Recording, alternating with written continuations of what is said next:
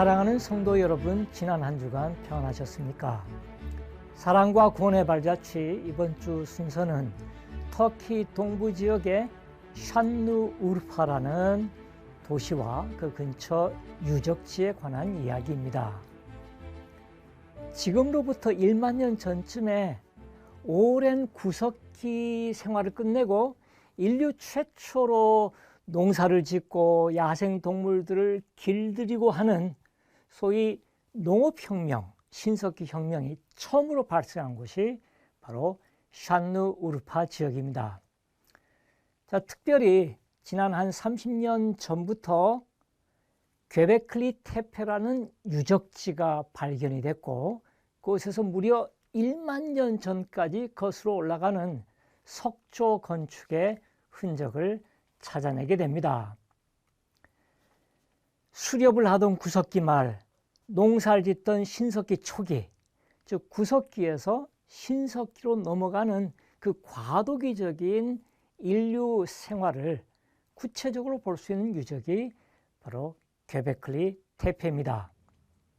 아마도 지금으로부터 1만 년 전에는 지금보다 훨씬 더 비가 많이 오고 풍요로운 농경지와 들판이 있는 곳이 괴베클리 테페라고 전문가들이 이야기합니다. 그래서 어떤 고고학자들, 어떤 성서학자들은 혹시 그렇다면 그곳이 에덴 동산이 아닌가. 어차피 에덴 동산은 유프라테스 강과 티그리스 강의 상류 지역으로 여겨지는 곳이거든요. 지난 1990년대부터 유적이 발견되면서 터키 동부의 에덴 동산 가설까지 만들어진 현장이기도 합니다. 영국이 자랑하는 스톤헨지보다도 무려 6,000년이나 앞선 인류 최초의 석조 건축이 어떤 모습인지 저와 함께 괴베클리 테페 현장으로 찾아가시겠습니다.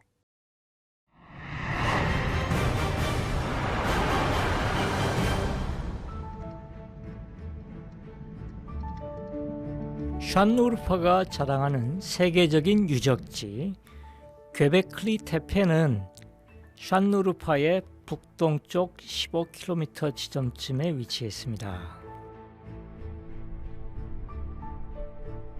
주변이 황량한 구릉지대로 구성되어 있고요.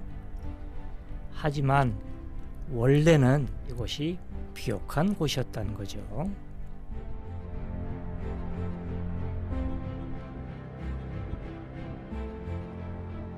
오늘날 많은 사람들이, 특히 터키 사람들이 이곳을 찾는데 그 이유는 바로 촬영할 당시 2019년이 터키 정부에서 결정한 괴베클리 테페 방문의 해이기 때문입니다.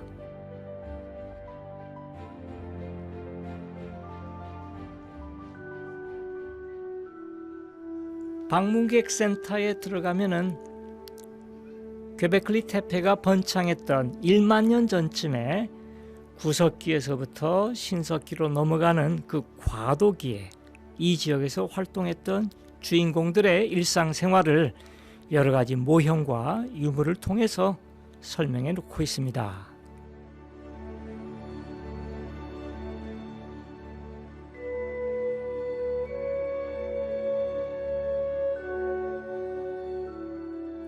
이들이 1년 중에 추수를 끝낸 다음에 대략 밀과 보리의 추수가 끝난 5월, 6월쯤에 주변을 바라볼 수 있는 언덕 지역에 모여서 이곳에서 일종의 감사 축제를 지내고 신에게 감사하면서 그들이 어떤 형태로든지 돌을 가지고 원형의 신전을 만들었던 것이죠.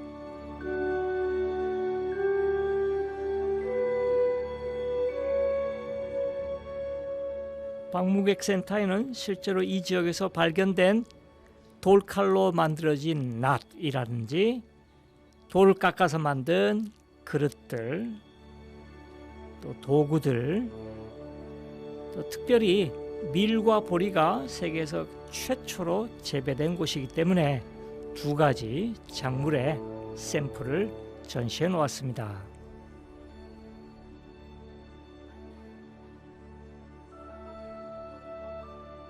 무엇보다도 가장 중요한 유물, 즉 사람 키보다 훨씬 높은 비석 같은 곳에 다양한 형태의 동물들의 부조가 새겨져 있습니다. 가운데 두 개의 큰 잎석이 있고요. 두 겹으로 돌담처럼 돌아가고 글리 들어가는 입구가 있는 독특한 형태의 원형 서클이 지금으로부터 1만 년 전쯤에 göbekli tepe에 세워졌습니다. 가장 중요한 것은 저 큰 돌들을 어디서 운반해 오는가 하는 것인데요. 다행히 이 지역 전체가 석회암 지대입니다. 그래서 필요한 돌, 채석장은 göbekli tepe 근처에 위치한 것으로 확인됐습니다.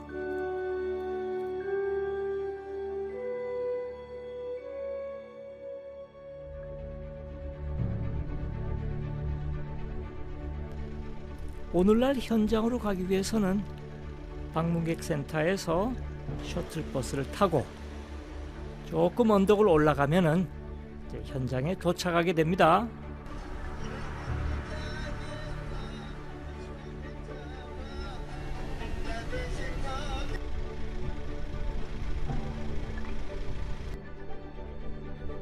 마침 셔틀에서 내렸을 때에 바위 바닥을 둥글게 깎아놓은 그러한 구조물이 있었습니다. 이것은 아무래도 물을 저장하는 저수조인 것으로 확인하고 있습니다.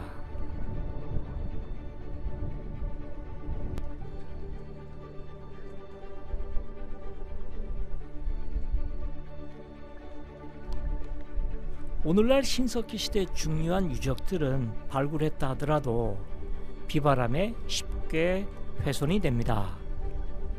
그래서 관람객을 위한 것도 있겠지만 저 중요한 인류 문화유산을 잘 보존하기 위해서 발굴 못지않게 지붕 구조물을 만드는 것이 굉장히 중요합니다. 이러한 멋있는 지붕 아래 모두 3개 혹은 4개 정도의 돌로 된 서클이 한꺼번에 발견됐습니다.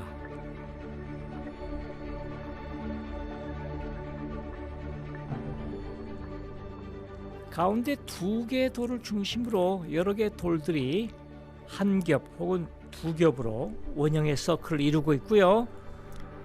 마치 돌담처럼 무너지지 않도록 돌로서 그 서클을 원형을 연결해 놓은 것을 볼 수 있습니다.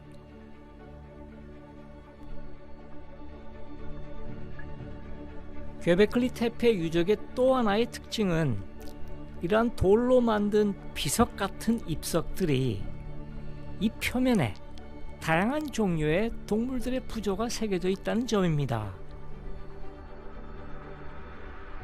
그것도 아주 어려운 양각 부조로 여우라든지 사자, 소, 멧돼지, 외가리, 오리, 전갈, 도마뱀, 거미 이러한 동물들인데요. 야생 동물들 위주로 되어 있습니다. 적어도 이 시대는 아직까지 개라든지 양이라든지 염소같이 가축으로 길들여지기 이전에 그들이 사냥했던 동물들을 마치 상징적으로 동물을 잡아서 직접 기둥에 매단 것 같은 효과를 내는 식으로 비석들에 새겨놓은 것이죠.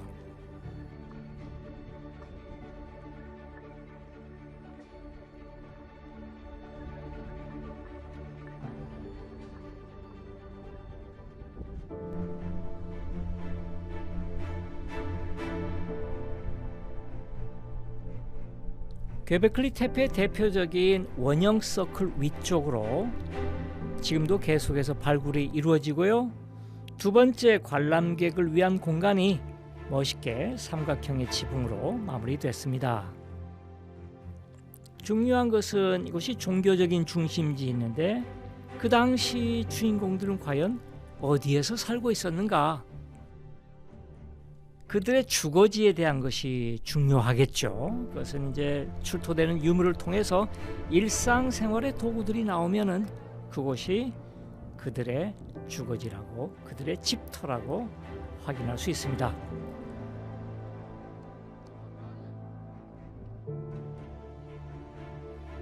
이곳에서 수집된 많은 돌들, 사람이 직접 옮기고 다듬은 돌들을 한꺼번에 모아놨습니다.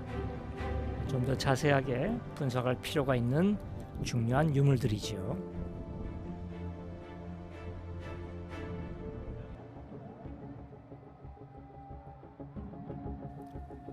샨누르파 시내에는 2015년도에 완공된 세계적인 박물관이 있습니다. 그야말로 göbekli tepe를 위한 새로운 박물관이라고 일컬을 수 있는데요. 왜냐하면 박물관 실내에 신축을 하면서 göbekli tepe에서 출토된 똑같은 크기의 그런 입석들을 실내에 배치하도록 박물관을 설계했습니다.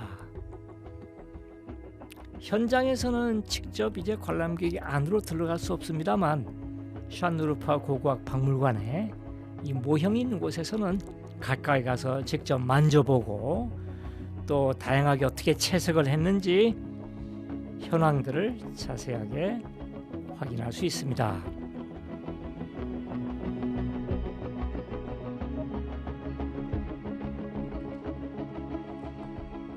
가운데 서 있는 두 개의 큰 입석에는 길게 선이 그어져 있습니다. 근데 끝을 따라가 보니까 양손을 마치 기둥을 감싸진 것 같은 그런 모습을 하고 있습니다.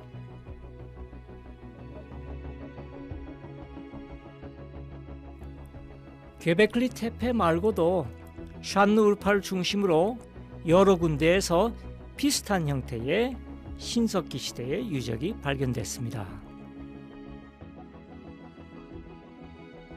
네발리촐이라는 곳에서는 전체 사각형 형태의 비슷한 신전이 발견됐습니다.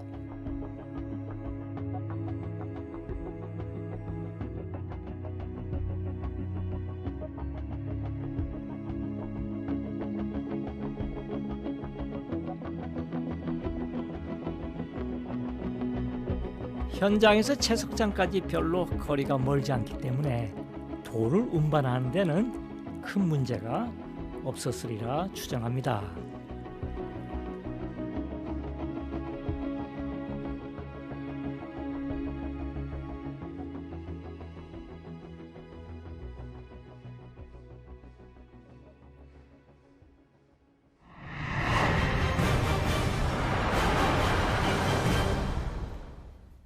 göbekli tepe 지역은 1960년대에 미국 고고학자들이 조사를 한 다음에 별로 중요한 곳은 아니다라고 결론을 내렸습니다.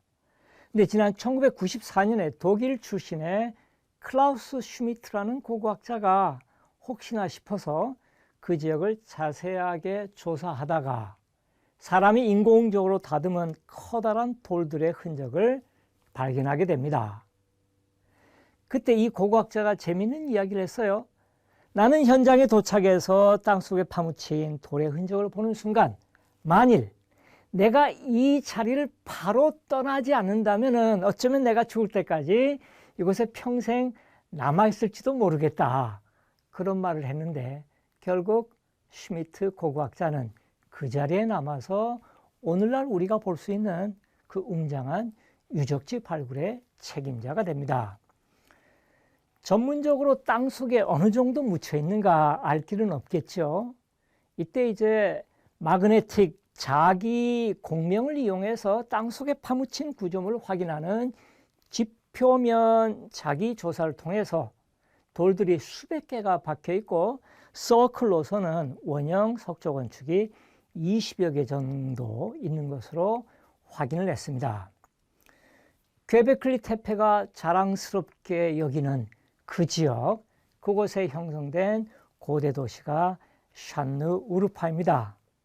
참 의도치 않게 터키 이슬람 지역의 샨누르파라는 도시가 창세기 아브라함의 고향이라는 무슬림들의 전통의 현장이기도 하죠. 과연 샨누르파와 아브라함은 어떤 관계가 있는지 저와 함께 현장을 한번 찾아가 보시겠습니다.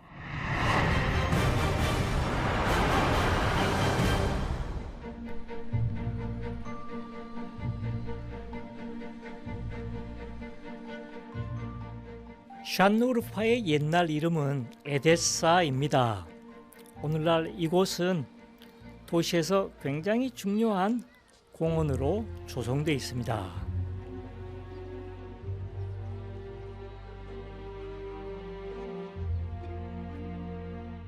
특별히 길이가 한 150m쯤 되는 길쭉한 연못을 현지인들은 아브라함의 연못이라고 이야기하고 있습니다.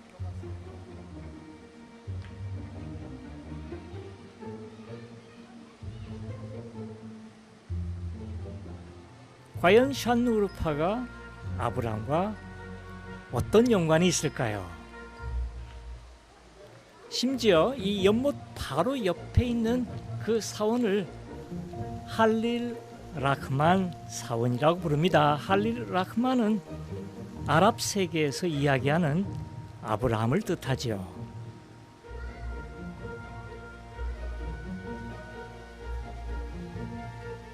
길쭉한 이 연못의 맞은편에는 오래된 이슬람의 신학교와 또 이슬람 사원이 맞은편에도 서 있습니다.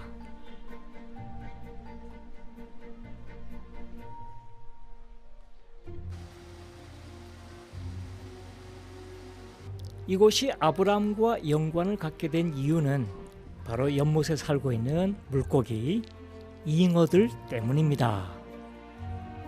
샤누르파의 중세 이슬람 전승에 의하면은 아브라함이 바로 이 지역에 있을 때에 아브라함을 이단자라고 이교도인이라고 정죄를 했고 불 붙여서 화형에 처하려고 장작더미를 쌓았습니다. 근데 하늘로부터 갑자기 소낙비가 내려와서 불이 꺼지고 그 장작더미들이 물에 둥둥 떠서 물고기, 잉어가 변했다는 것이죠. 그래서 오늘날 이 샤누르파 사람들은 이 연못에 있는 잉어, 아마 일상적으로도 잉어를 거룩한 잉어 혹은 아브라함의 잉어라고 부르면서 절대로 잡아먹지 않습니다.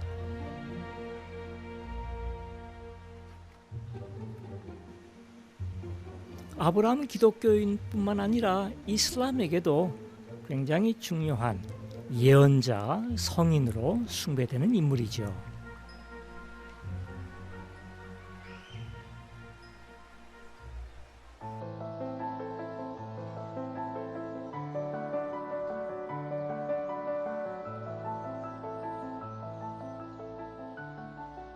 연못의 맞은편에 마치 팔각형 돔처럼 생긴 독특한 형태의 사원이 있습니다. 이 사원을 보통 아브라함의 탄생 사원이라고 일컫습니다. 두 개의 사원이 붙어 있고요. 굉장히 큰 구조물인데 가운데 마당에 기도 전에 손과 발과 얼굴을 씻는 급수대가 있습니다.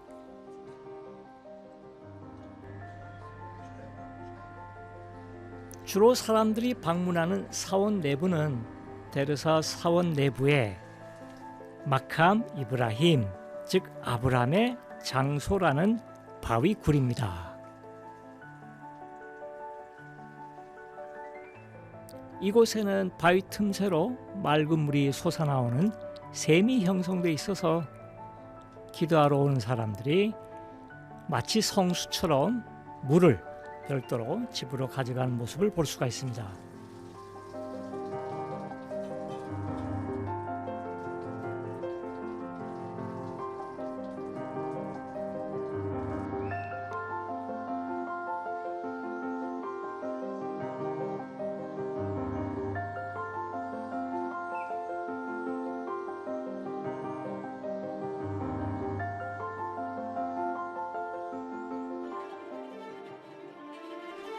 아브라함 탄생 사원 뒤쪽으로는 길이가 거의 한 400여 미터쯤 되는 길쭉한 바위 절벽이 있습니다. 꼭대기에 성벽이 쌓여져 있고요. 가운데 2개의 코린토스 양식의 기둥이 세워져 있습니다. 이 절벽을 전통적으로 에데사 성체라고 부릅니다. 에데사는 원래 그리스 북쪽 마케도니아 지역의 왕도였고요. 알렉산드로스를 비롯해서 마케도니아 사람들이 기원전 300년대에 이 지역에 왔을 때 자기네들의 고향에 중요한 그 도시의 이름을 이곳에 붙인 것이죠. 에데사 성체의 2개 기둥 중에 하나의 기둥에 고대 시리아어로 당시 통치자 아프투아의 준공에 관한 비문이 새겨져 있습니다.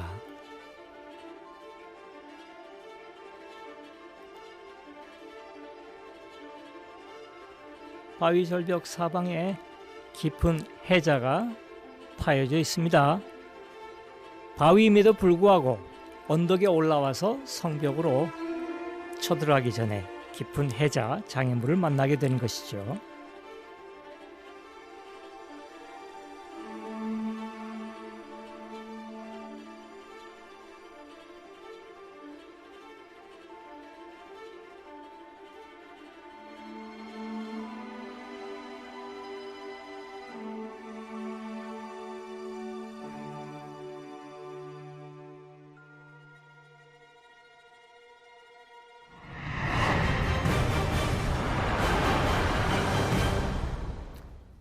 서기 303년쯤에 기록된 유세비우스라는 사람의 교회사에서 에데사의 기독교 연구한 재미있는 전설 같은 이야기가 전해집니다.